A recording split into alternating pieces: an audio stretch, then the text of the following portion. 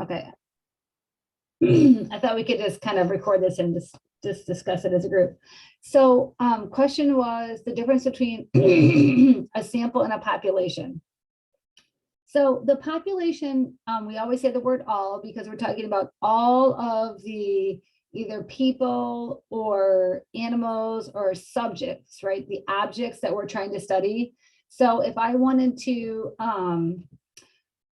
talk about the SAT score of students at JC, the population would be all JC students, but my sample would be those students that I somehow either using my random or my stratifying or my cluster, my different ways of sampling, however I got those students. So let's say I took a random sample of 50 students. My sample would be the 50 students that I actually collected data on.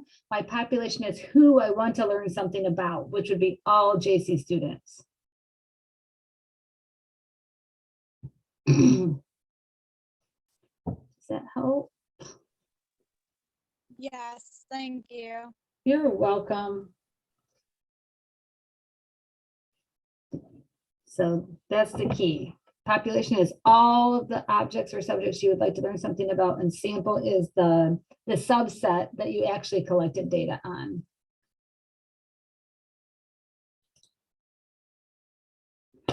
So a question came up about the 4-5 worksheet.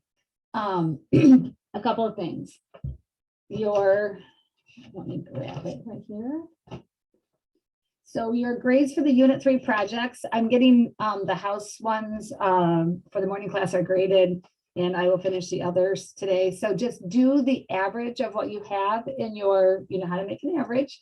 So find the average of your Unit 3s that are in so far and use that. And then make your best guess effort for your Unit 4 project, like, probably based on like how did you do on Unit 1 project to Unit 2 to Unit 3, and maybe you've improved or you feel better about the Unit 4 information. So just make a guess about that one. Does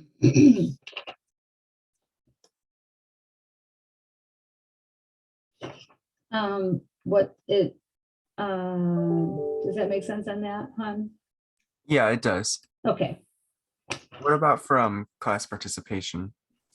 That is all, if you go into your grades, your participation is based on all of your lesson checks. Oh, I see. Okay, Yep, thank so you. you should be able to go down and look at that, I believe. I believe. So another question came up on the 4-5 worksheet on the back where it says, using predictions, determine the highest and lowest averages that you could earn. So there were two things that you predicted, right? You made a guess for your project 3, we'll use what as. Project 4 was a guess, it's an estimate.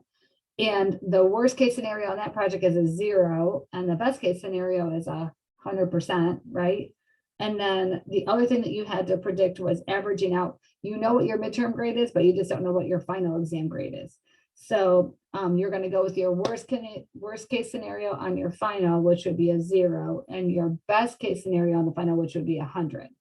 So you're going to have to kind of go back through and figure out your 2 weighted averages with the worst case scenario and the best case scenario.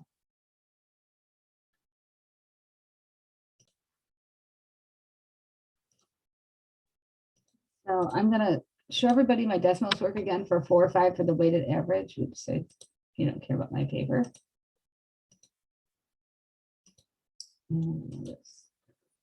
Okay.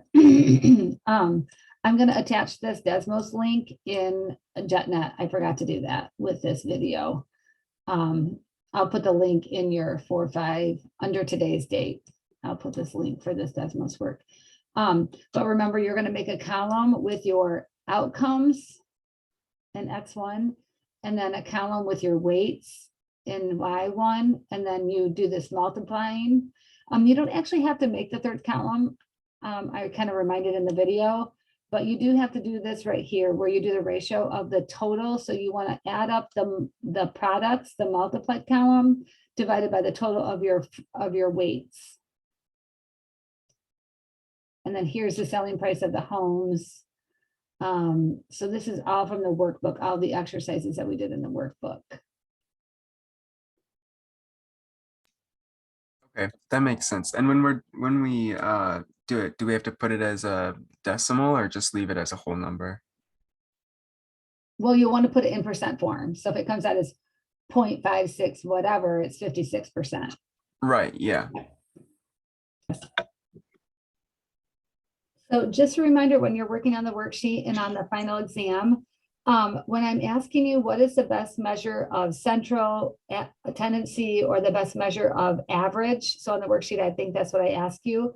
I would really like you to expand on what we did on the bottom of page 453 in the course pack, where we compared if the mean and the median are pretty close to each other, then we can say that the best measure is the mean because there aren't really any outliers pulling it. Remember when we talked about the large income of Newman and how his value pulled all the average way up?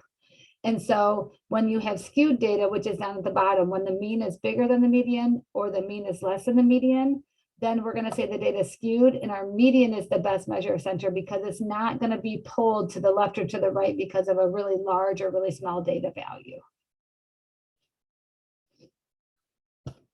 Does that help on that one? Yeah, thank you.